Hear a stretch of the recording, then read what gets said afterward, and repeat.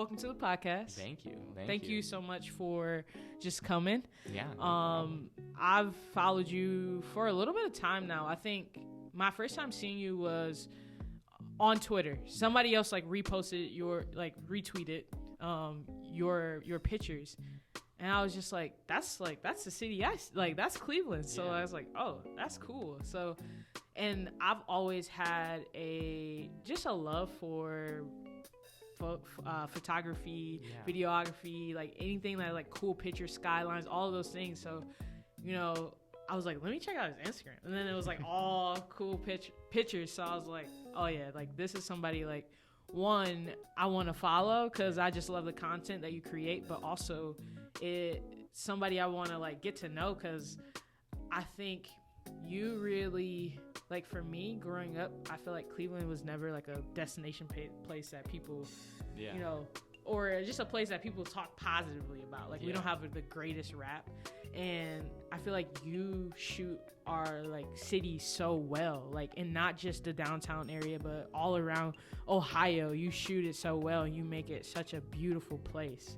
So thank you, for inspiring. Well, first off, thank you for being on the pod, letting me be on the podcast, and reaching out and being willing to talk and no, you're inspiring because it's seeing artists do their passions and what they want to do, that's what keeps me going. And that's the beautiful thing about Cleveland is there's so many amazing people doing so many incredible things. Yeah.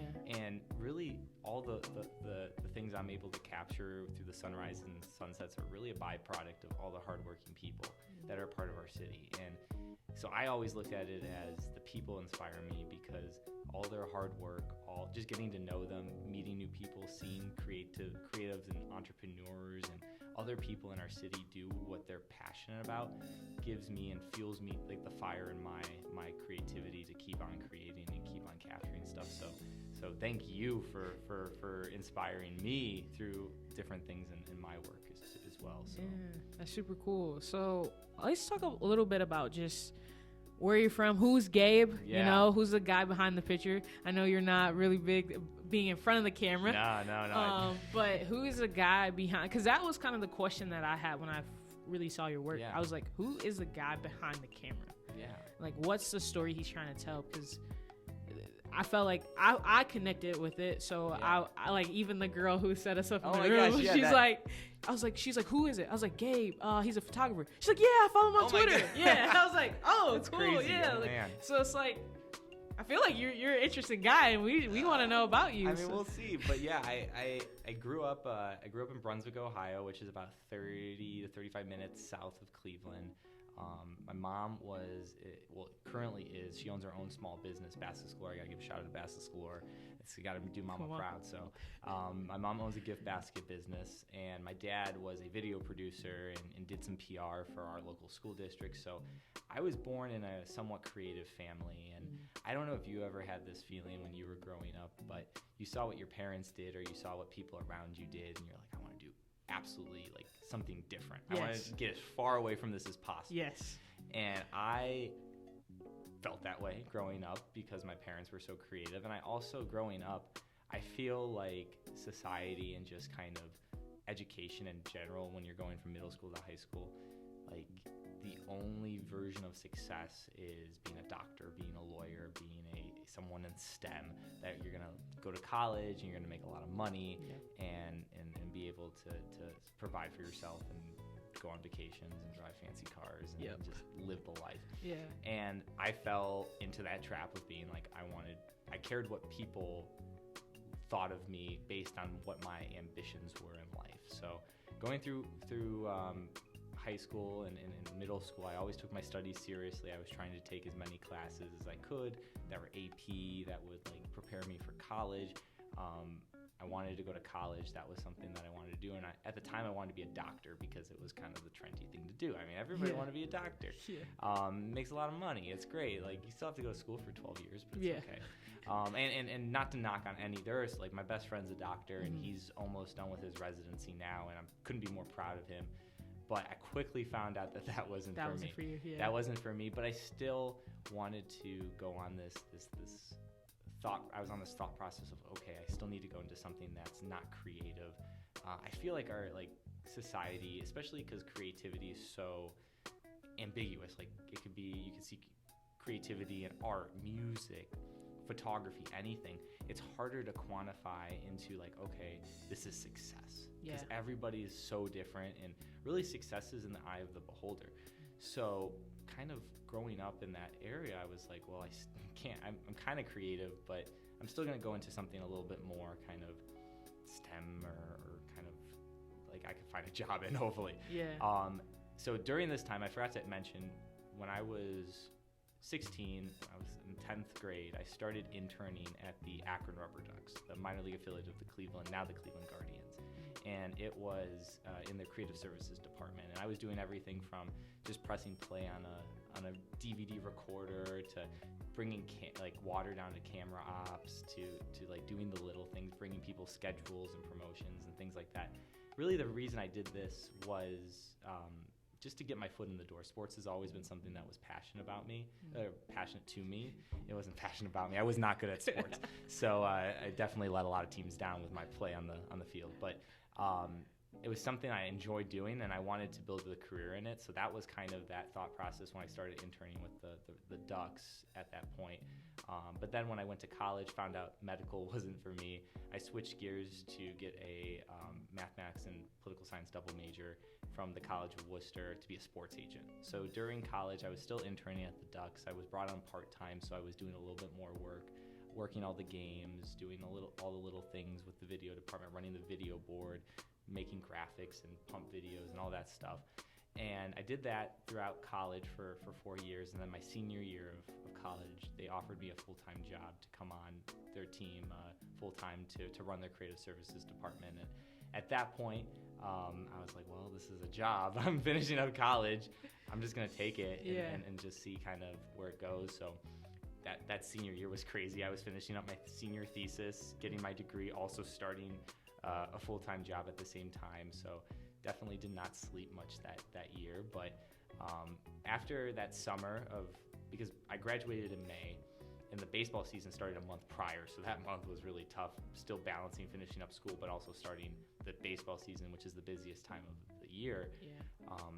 Going through that summer and seeing that experience, I said, hey, I'm going to give this creativity thing a shot. Even though I don't really have a backing, even though I don't really have a formal degree in it, I'm going to give it a shot and see where it goes. And that next year, I really took my opportunity with the Rubber Ducks to like the next level, trying to learn as much as I can, watching every YouTube tutorial on video, Photoshop, Illustrator, Cinema 4D, taking photos. And I really fell in love with the creative process of really what we were doing. And as you know, in 2020, the pandemic hit, and I was able to take that, luckily, a little step further. We didn't have any baseball games during the 2020 season because everything was shut down. But we got to get a little creative in our jobs with how do we engage a fan base that is craving baseball at this moment, but we don't have baseball. So I was able to work on some cool projects, a project we called Opening Day at Home, which was this whole entire simulated game that we put together and streamed live on YouTube. And we had a lot of people tune in, and it was a cool experience to kind of see. But it really forced me to think outside the box creativity and really learn a little bit more, I guess, with the whole entire creative process. And I took that a step further at the end of 2020, heading into 2021. At the time, my dad had COVID. It was a scary time. This was before vaccines, and it was still fairly early in the pandemic. It wasn't even a year yet. He had COVID. He's a little bit older, so I was really scared. Didn't know what to expect. He was at home. I was seeing him on FaceTimes, coughing and not feeling good. And it was a tough time for me, especially because at this point, no baseball. It's the middle of winter. We weren't really doing much. We were just preparing for the next season. So I turned to my camera that I used a lot for my work at the Rubber Ducks, and I said, hey, let me see if I can learn a little bit more about my camera and learn a little bit more about just how the camera operates, how to shoot things, what are all the functions on the camera. And I really started getting into landscape photography, capturing some areas of Akron, started capturing some areas of Cleveland, the city that I grew up in. But I realized pretty quickly I didn't know too much about it until I started exploring it.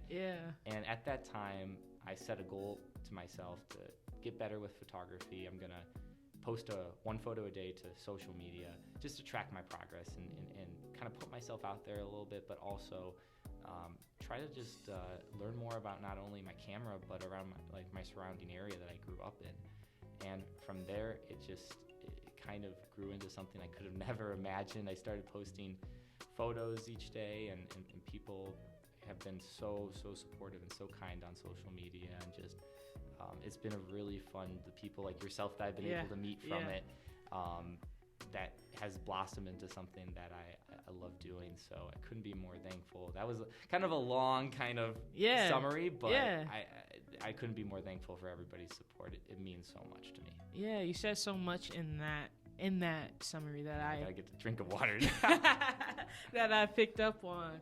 And it's so interesting to hear you kind of process through, every step that you've taken, from here until from here and then the first, one of the things I picked up on that you said though was you kind of set a goal to yourself, and I'm gonna track it. Where does that mindset for you come from? Or what made you think I'm gonna post it and that's gonna be the way that I tracked it? Like, how did you come about understanding that? Because I think a lot of people miss out, especially a lot of young people, even myself. Like, you miss out on, okay, you got this dream or you got this thing that you want to accomplish, but you don't have steps that track it or help you know if you're getting better or not. You're kind of just going off your feeling, I guess. Most of the time, it really starts with my parents. I have to give them, they're my role models, they're my inspiration. They've taught me so much.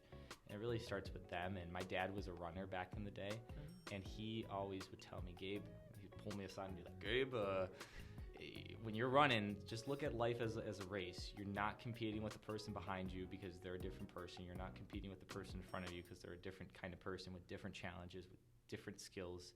You're competing with yourself. And as long as you go into every single day with the goal of being better than the day before, that's the beautiful thing about life. And I think that thought process of putting myself, I'm kind of big into goals. I like to set goals, but they're not your traditional New Year's Eve. You have the champagne. You're like, here's my 3 goals for the year. I'm going to try to lose weight. I'm going to try to go to the gym more. I'm going to try to eat fruit.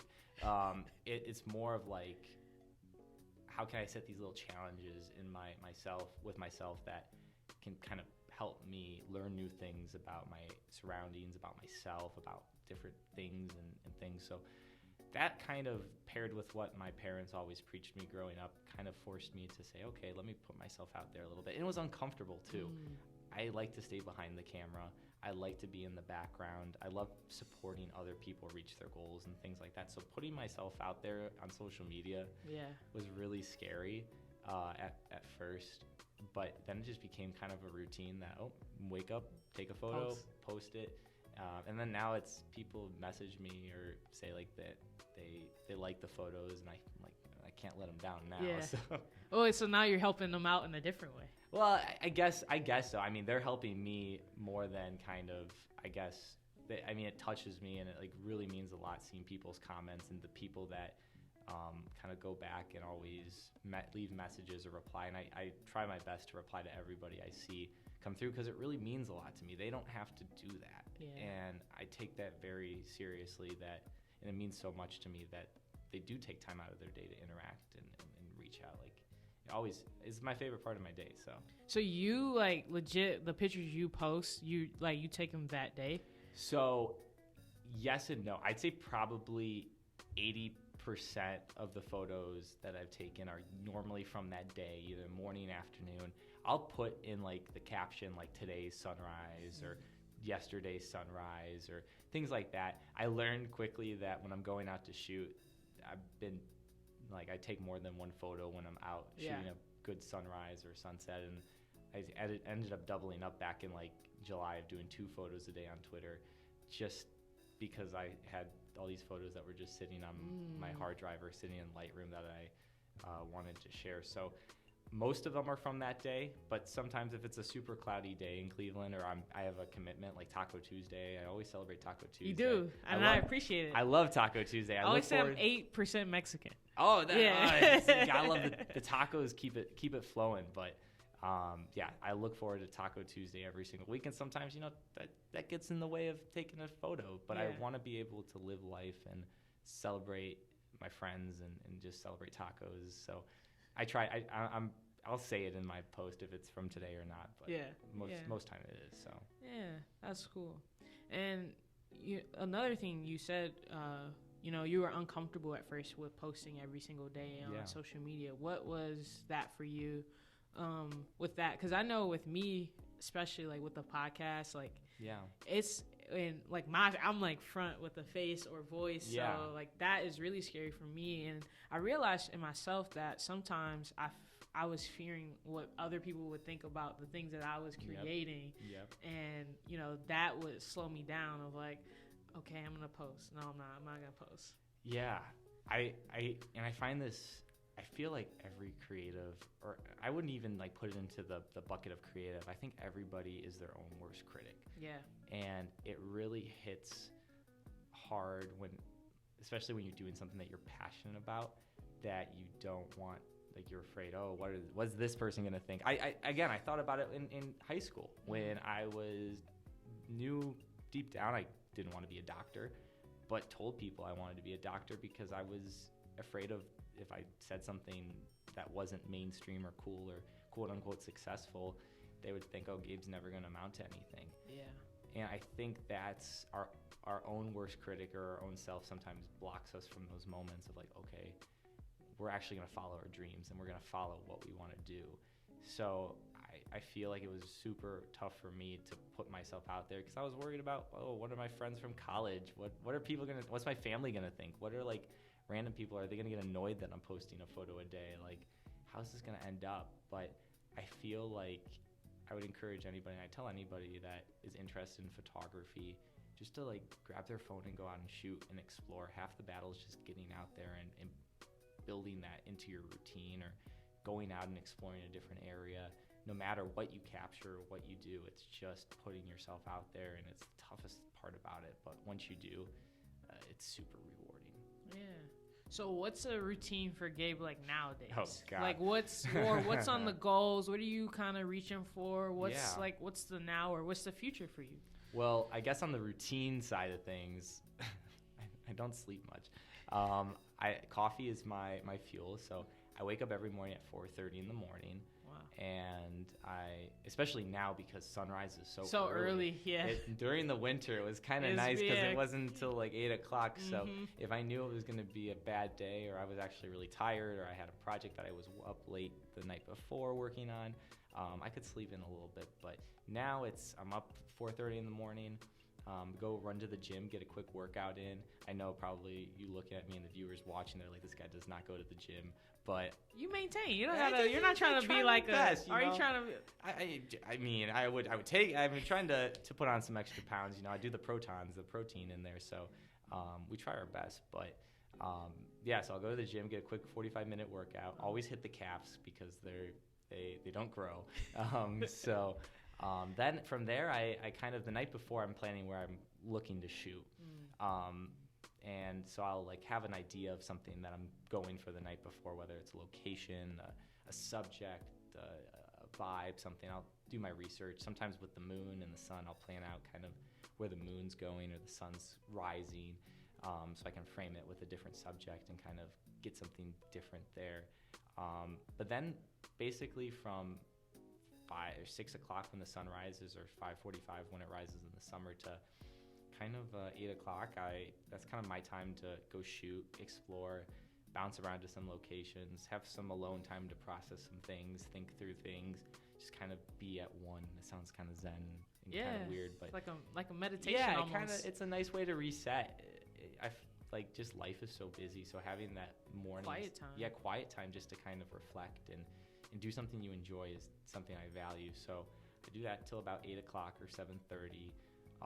And then I go to work. So photography isn't my full-time job. I do work at Destination Cleveland. I'm their social media manager, and so that's my full-time job, and love working with that team and everybody on it. It's so thankful for that opportunity to work with them and promote Cleveland for my full-time job as well as through my photography. It's truly an honor. But then I'll do that for the day, and then in the evening, I'll either work on some stuff, go to Taco Tuesday, trivia's on Wednesdays, so I'll do that. And then if I have time that evening and it looks good, I'll stick around for sunset, and then go home and work on some stuff in the evening, and then get a few hours of sleep. So do it all over again. Yeah, that's kind of the rough kind of schedule. And I guess looking long term, it's such a tough question because, like, I always admire people that know exactly like what they want, like in 5 years, because they're probably gonna get it, and it's gonna look great, and they're gonna achieve that goal. And I do have some goals that I have for myself, but at the root of all of them, I just want to give back to the community and make people happy. You know, that was the biggest thing growing up that I love to do. I'm a big smiler. I like to smile. Yeah. And I didn't know. I've always wanted to make people smile, but I'm not funny. I'm not like a comedian or anything like that. I try to be a nice person, but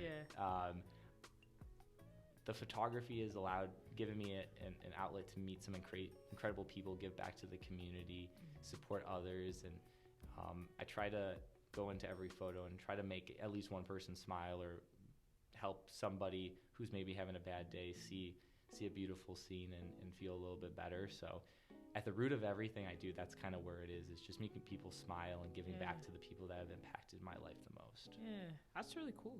I mean, like, I don't know. I mean, other than the podcast, like, I know I want to do the podcast. Yeah, sure. This is awesome. And I think it's so important, too, for people to understand, like, sometimes you really don't always know. No, you don't. And that's okay, too. Yeah. You know, I think growing up, I always felt like, no, you had to know. Like, I was always a person, like, if there's a problem to solve, like, I need to know A through D first before we get over there. And, like, I think it is important for people to hear, like, you know, sometimes you don't know, and that's absolutely okay too. That's okay. Yeah. Exactly. If we stuck to just what we knew, we would be shutting the door on so many opportunities. Yeah. So much that will happen we don't know of yet. Right. So it's always keeping an open mind and not saying no to an opportunity that interests you. Yeah. Another thing I want to touch on too, because you kind of said it, and we had a conversation prior where I kind of heard it a little bit more, but you talked about like your camera, using that as kind of your time alone, your time to kind of meditate or type of therapy. You know, was that always the thing for you? Was there something else that had that, or did that kind of help you get to that point of having that time for yourself? You know, that was really the first thing that was something that I looked forward to as an escape. I feel like growing up, my parents were like the hardest working people I know, and they work so hard. I mean, being a single or a small business owner like my mom, there's no like off time. She's always working. She's always doing amazing things and putting others before herself, and I couldn't be more proud of her. But growing up in that, like, you see definitely like the pluses of that, and like I see what my mom has been able to do, and my dad too is an extremely hard worker. Being in the video creative field like he is, there's some strange hours, and working in sports didn't help that either. But kind of the photography was the one thing that came into my life. The first thing really that was like, okay, when I'm doing this, like, nothing else matters. Like, this is kind of a time to reset. And it really became evident when, again, I don't recommend people sleep like 4 or 5 hours. Like, get your sleep. It's very important. But it would kind of, when I would process it, it would blow me away that I was like, oh man, I got like 4 or 5 hours of sleep last night, but I feel so energetic. It's because I started my day off by giving a little bit to myself before I was able to give to other people. And I found that since the photography and being able to prioritize a little bit of time each day for some self-reflection, for some processing, for like working through some things individually, I was able to be more present in all my relationships with my parents, with my sister, with my friends, with my coworkers. That moment with the photography showed me like, oh, this is why people work out. This is why people go on walks and have alone time and things like that. And that was a big eye-opening experience for me. Yeah, that's so cool too, because I think it's so important. You know, Yeah. I've gotten to my own routine. Like I wake up at 4:30. Let's go. Yeah. You know, 4:30 and everybody squad. around me is like, "Who do you like?" Keep no, the coffee like, flowing. Yeah. I don't drink coffee. Oh, I don't wow. drink coffee Hats or off to tea. you. Oh my god. Like I've never been a person, and like Yeah. I still haven't. So I'm like, as long as I can go without it, Yeah. I'm gonna just go. You know, because I know people who like love coffee. Oh, that's me. Is you? I drink so much coffee. Yep, I got a few friends that like they know who they are too. Shout out to those friends. Yeah. So like I get up at 4:30, Yeah. working out. Love to work out. I love journaling. That's kind of my Yeah. piece. I don't always shoot podcasts Yeah. early in the morning, but something that gives back to me is just sometimes journaling, but also like around candles. I love candles. Yeah. It's like What's your go-to candle scent? I actually make my own. Oh my gosh, that's so cool. Yeah, That's so cool. I was buying so many Yeah. different brands, different kinds. What's the one brand now? I can't think of it. Right now. Was buying so many. I was like, why don't I make my own? Yeah. And I was like, heck yeah, let me make my own.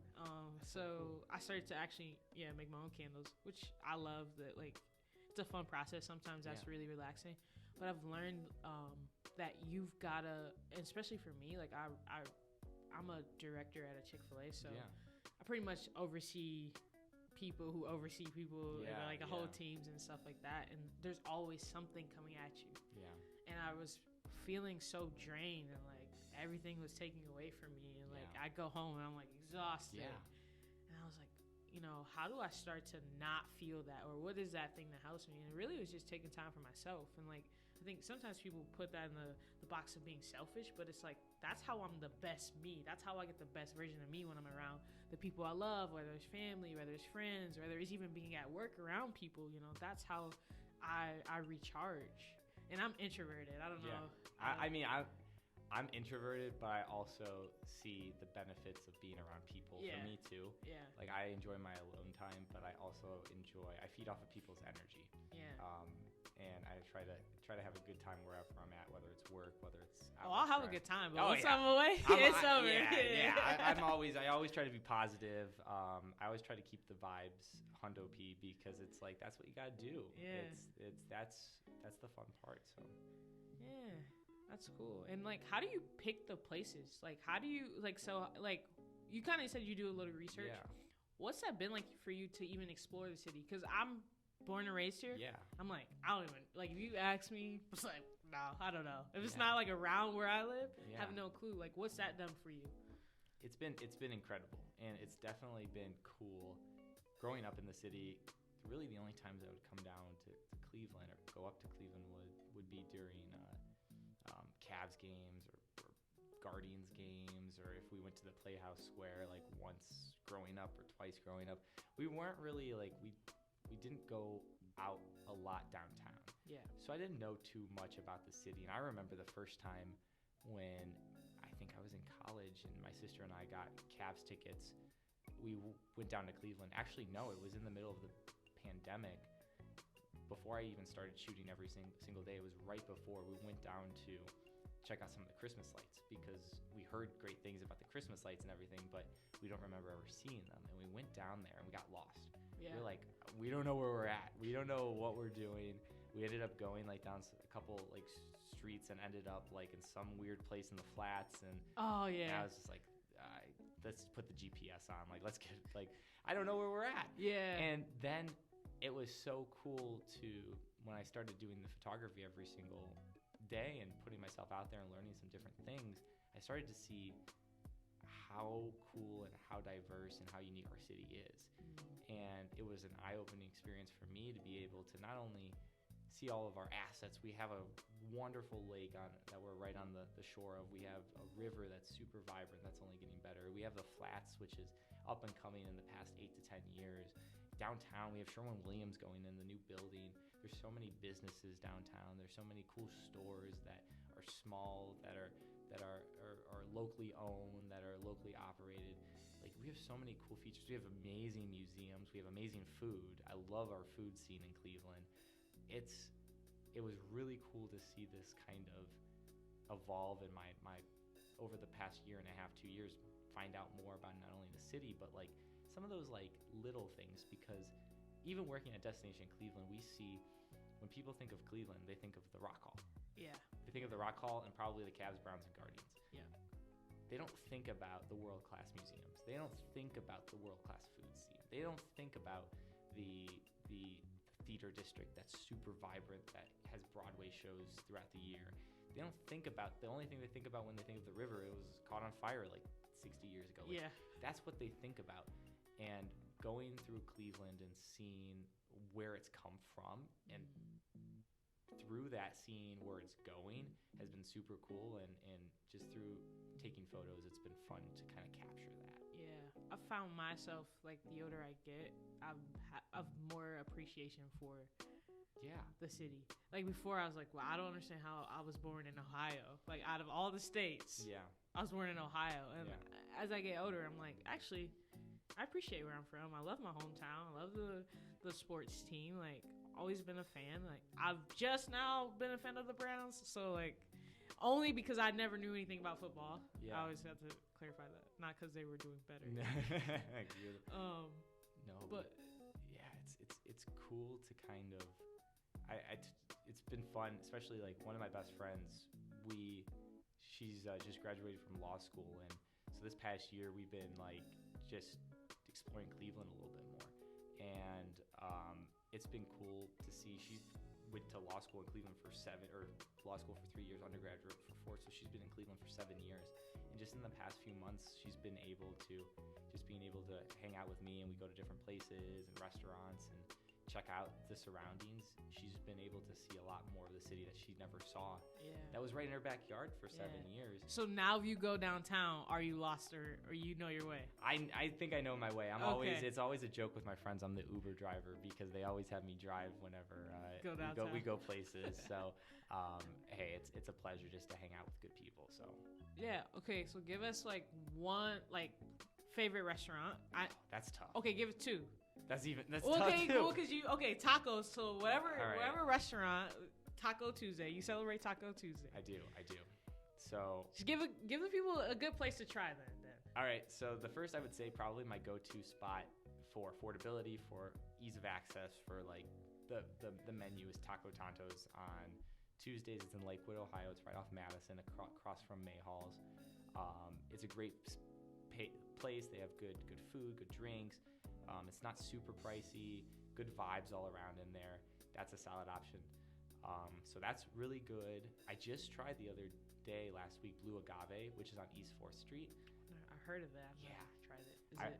Yeah, it was pretty good. Okay. It's pretty good, and it's right off East 4th Street, so it's perfect for before Guardians games or Cavs games or just hanging out on a summer night in Cleveland. That's a really good spot.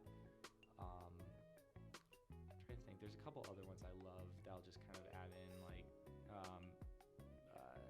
Momocho in Ohio City is really good. El Carnicero in Lakewood's really good. Blue Habanero, the sister company to Blue Agave, is really good. Are these all spots that sell tacos? Yeah, they all have tacos. There's so many great. The food scene in Cleveland is crazy. Like I just had a couple weeks ago Il Rione Pizza, which is in Gordon Square, and it's some of the best pizza I've ever had, and I'm already hooked. I went back again last week. It was so good. I love places like that where you're like, I want to eat there every now. single day. Yep.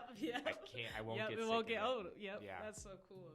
Is there anything you would tell just a young creative, just a young person, as you know, they are trying to start whatever journey it is, whatever it is that they are getting into, you know, what's some advice that you may give them? Yeah.